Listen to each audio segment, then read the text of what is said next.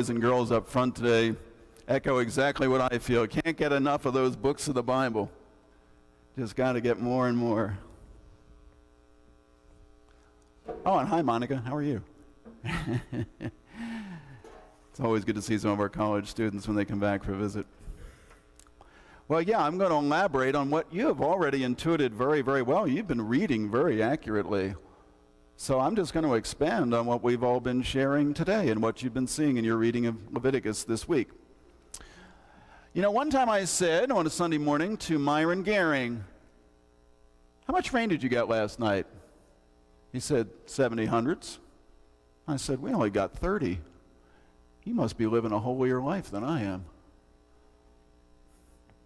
We joke about holiness, but it is important for us to get a handle on just what being holy really is and what a holy life looks like very concretely. I remember some ideas about holiness from growing up. See if you recognize any of these. When I was growing up, being holy meant doing some things like believing in God, going to church, helping others, praying, reading the Bible. Holy also meant not doing some things like not smoking, drinking, swearing, chewing, playing cards, working on Sundays, having premarital sex, gambling, going to the movies. I think those were the big ones. And I remember, too, that the don'ts were emphasized more than the do's. Does that sound familiar to any of you? Well, that's how it was for me growing up, and that's how I first understood holiness. In the scriptures, holy means set apart. Set apart. Preeminently, God is holy because God is set apart. God is other, different, distinct, as creator uniquely, set apart from creation. Well, in a similar way, holy people are also distinct. They are not better than others, they are specialized. Specialized. Holy people are distinct from others because they are distinct for others. Let me explain that. Holy people aren't perfect. Holy people are purposed. Holy people aren't perfect. Holy people are purposed. They are set apart to live according to God's purpose. And God's purpose is to redeem and restore all of creation. What a privilege. Holiness is a meaningful and beautiful calling, a calling to partner with God in turning things right side up. That's pretty cool. That's a little introduction and a start towards understanding holiness. And we can go further, kind of how you did in your reading. You picked up some specific things from the scriptures. They add detail to what a distinct, God-purposed holy life looks like. And some of what the Bible says a holy life looks like may surprise us. The book of Leviticus, as we've said, has a lot to say about holiness. Today I want to look at one important chapter in that third book of the Bible. Some of you emphasize that in your sharing. And we can ask this question of it. What does being holy look like according to Leviticus 19? Leviticus 19 begins with 2 introductory verses, and then the rest of the chapter is a list of God's commands, quite a lengthy list. In those introductory verses, we hear this sentence, "You shall be holy, for I, the Lord your God, am holy." That sentence is like a title for the whole chapter. As a title, then, everything that follows in the list of God's specific commands is a way of being holy. So that's what we're going to look at. We're going to look at some of God's commands in that list that follows the title. We don't have time to look at all of them, but we'll look at enough of them that I think we'll see a very definite pattern. That list of commands will show us some of the details we're interested in. They will show us some specific things that are a part of a holy life. What I think you'll find fascinating, and if you're listening to the sharing, I think you already know, what I think you'll find is that the activities that are called holy are very wide-ranging. Holiness, as Leviticus 19 defines it, is a very, very broad thing. All right, now just before we look at that list, here's one more thing to observe from Leviticus 19. The words in that title, I am the Lord your God, or the short form, I am the Lord, appear 15 times in Leviticus 19. That's the highest density of that language anywhere in the Bible. And so that sentence, or the short form, that's a constant reminder that a holy people are people who live their lives in relationship to God. Something Pastor Derek was emphasizing last week when he talked about being in covenant relationship. Okay, so now let's look at some of the things in the list of God's commands that appear in Leviticus 19 and follow those introductory couple of verses. I'm going to skip around a little bit, so you can open your Bibles if you want and try to stay with me, but I'll kind of spell them out for you. First, immediately following that title couple of verses, verses 3 and 4. Revere your mother and father, keep the Sabbath, don't make idols. Now, if you're listening to some of the sharing, you know the answer to this question. Where else have we heard those kinds of commands? The 10 Commandments. These are 3 of them, kind of rephrased in slightly different language. Yeah. Revere your mother and father, keep the Sabbath, don't make idols. These are specific ways of living a holy life. Not any really big surprise there, is there? One thing I'll note here, though, this is interesting. In the 10 Commandments, it is honor your father and mother. In Leviticus, it's revere your mother and father. Mother is first. Sort of interesting.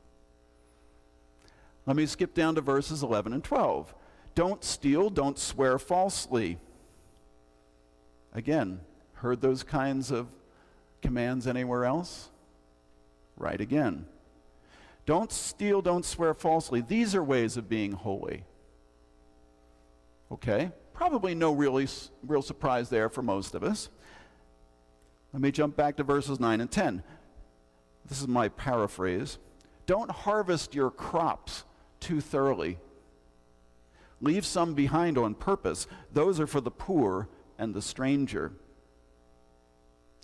God says, practice farming so that it contributes to the welfare of the neediest members of the community. That is a way of being holy. Now, before that, there are verses 5 through 8, and this is the theme. In this section, it's about offerings to repair a broken relationship with God. So these verses are about what happens in worship. Practicing worship correctly is a way of being holy. And that is right alongside the verses which come next, which say, practicing agriculture for the common good is a way of being holy. Isn't it interesting that holiness has to do with worship and economics, and that those two concerns are very easily integrated in the flow of this chapter, side by side? Isn't that interesting? Are we getting something of the pattern and the breadth here? Verse 13b, don't hold back the wages of your employees. Treating your workers fairly is a way of being holy.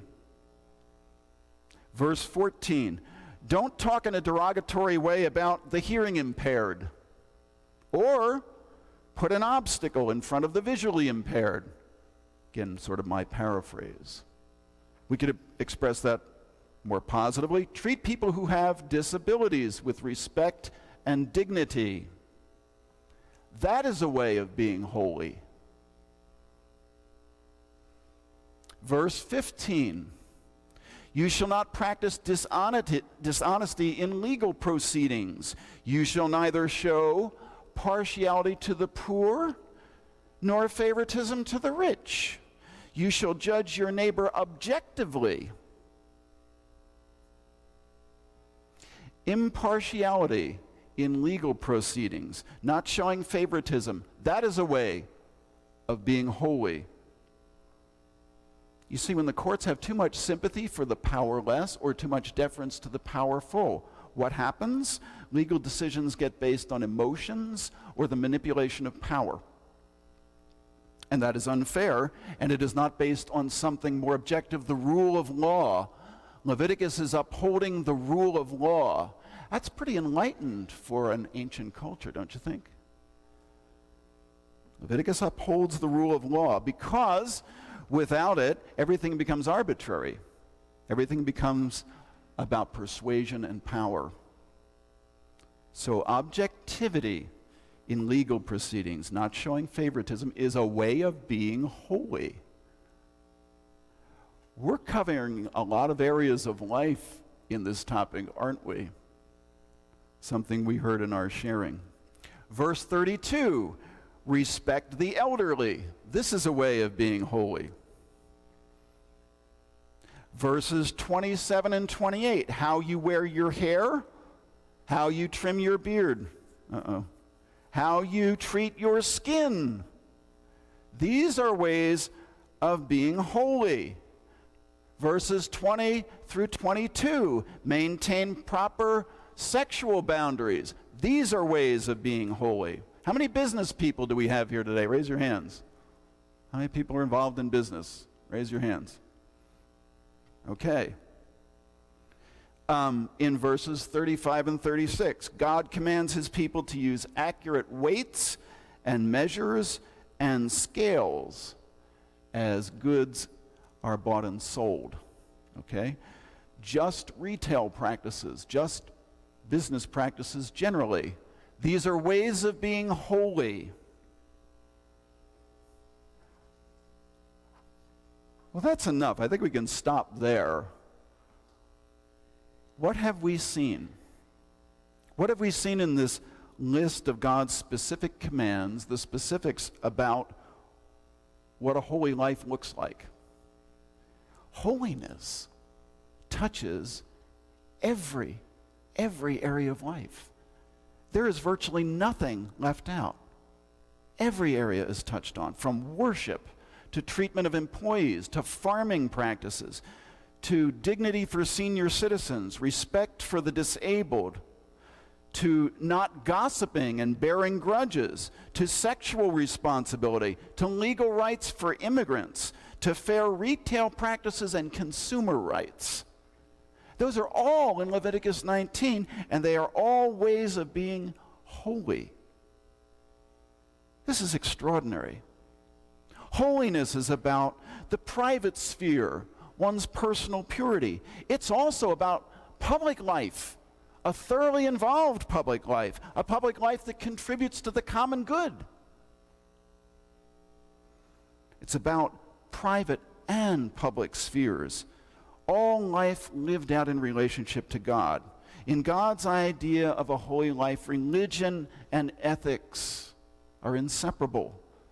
Holiness integrates relationship with God and relationship with others, the vertical and the horizontal. They are one seamless whole, seamless as a cross. A holy life is a holistic life. This chapter is not the only place we see that in Leviticus. Here's another example on how a holy life attends to the vertical and the horizontal relationships together. Leviticus 25 is the great chapter on Jubilee, a very strange and progressive economic strategy where every 50th year all debts are canceled. The scissors come out and all the Visa cards get chopped up. All the mortgages are run through the shredder. Can you imagine that? debt's canceled. There's no more indebtedness. It's done. And if you sold your person or your property, it gets returned to you, and you get to return to your ancestral land. Wow. Well, in Leviticus 25:9, that great Jubilee chapter, the 50th year cancellation of all debts is implemented on the Day of Atonement. Now, the Day of Atonement procedure is described in Leviticus 16. The Day of Atonement is a once-a-year occasion where the high priest, representing the whole people of God, the whole nation of Israel, goes inside the curtain to the Holy of Holies. This is fascinating. In later time, approaching the time of Jesus, this was so threatening that they tied a rope around the high priest's foot so that if he died from the awesomeness of being in the presence of holiness and his body fell inside the Holy of Holies, they could drag him out because nobody could go near the Holy of Holies. Think about that. What an occasion to think about. I get to go inside the Holy of Holies with a rope tied on my foot, unless in case I keel over, they can drag out my corpse. Bet they wait in line for that. Imagine that. Anyway, on that day, the Day of Atonement, it's an occasion where sin is dealt with comprehensively nationwide. All those laws in the beginning of Leviticus about how you can repair relationship through sin in all these ways through a sacrificial and offering system.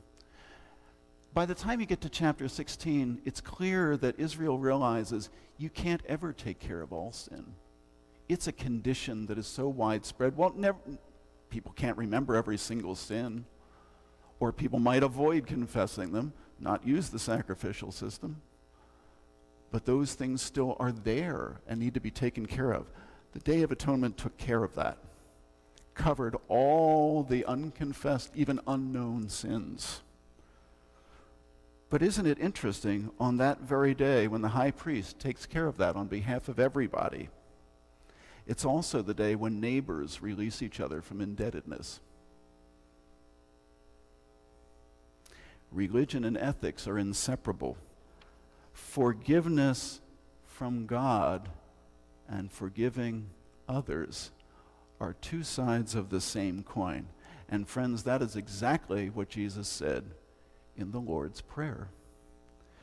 Forgive us our debts as we forgive our debtors. A holy life is a holistic life.